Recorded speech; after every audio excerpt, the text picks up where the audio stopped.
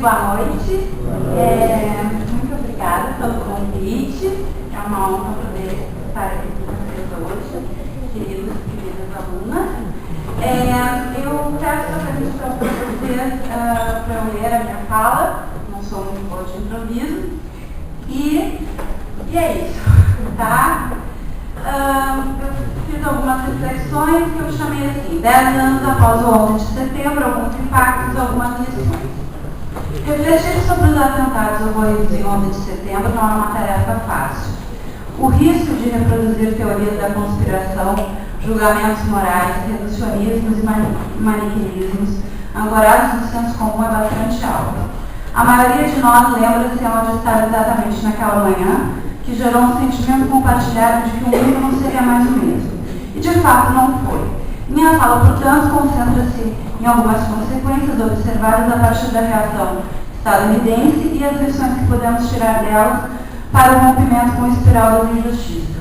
Os pontos que gostaria de ressaltar são os que seguem. A suscetibilidade dos direitos civis, mesmo em uma democracia pretensamente consolidada. Em nome da segurança nacional, os direitos civis dos estadunidenses, especialmente dos não-cidadãos, foram em diferentes graus violados.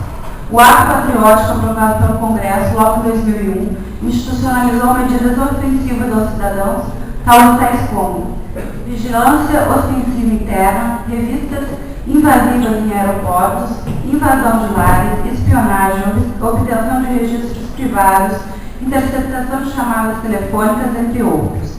Para os suspeitos de terrorismo não cidadãos, algumas das previsões foram a perda de habeas corpus, interrogatório sem direito a advogado, pena de morte automática e permissividade em relação à tortura para a extração de confissões.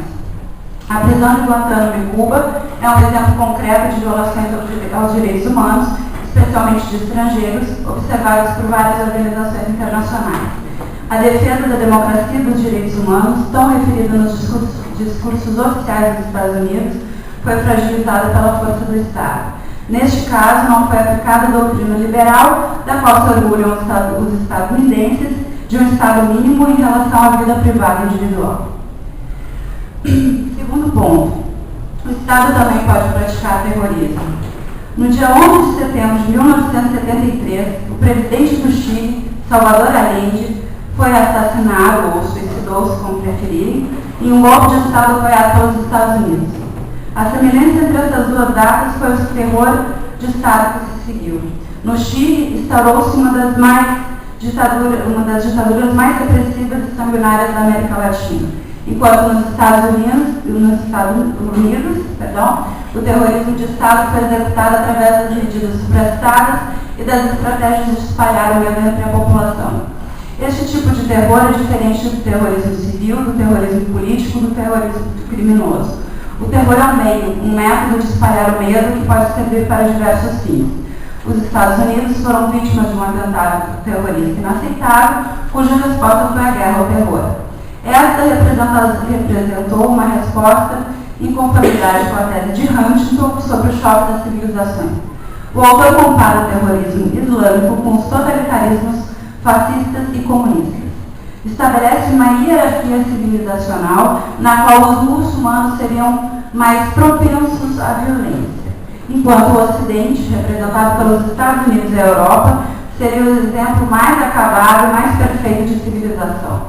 Huntington esquece que este mesmo Ocidente é capaz de imprimir medo, terror e violência para com a sua população ou para com outros países.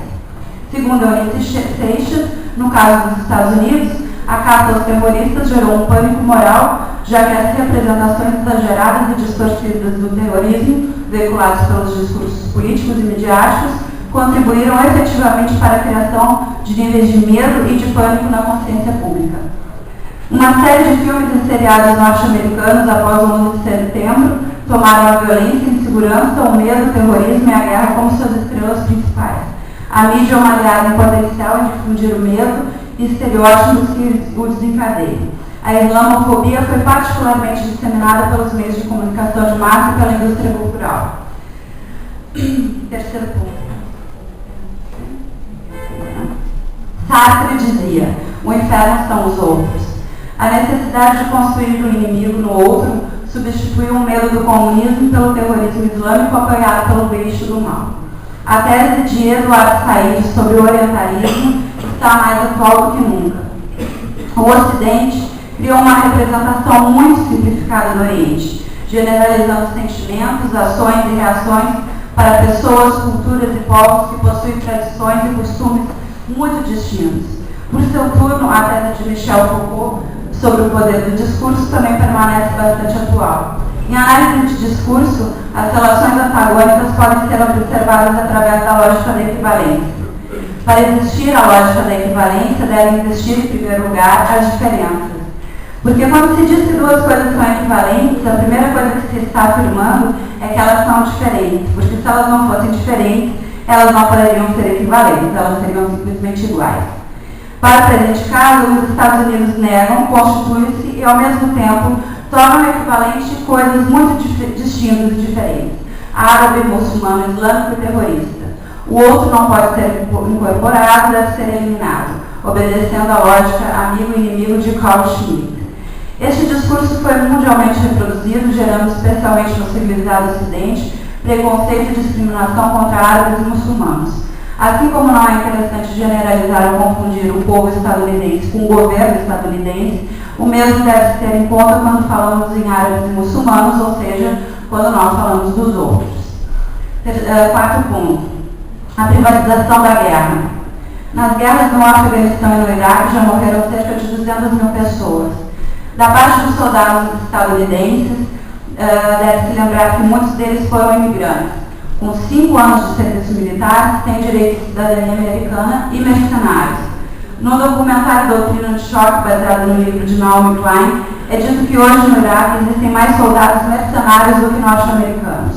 Nos anos 90, um novo tipo de exército mercenário foi observado com um amplo fenômeno da terceirização das tropas de guerra, a privatização da guerra. A atuação das sociedades militares privadas ou empresas mercenárias, geralmente compostas por ex-oficiais, é vista especialmente nesses dois países. No Afeganistão, estima-se um contingente de 130 a 170 mil soldados de aluguel.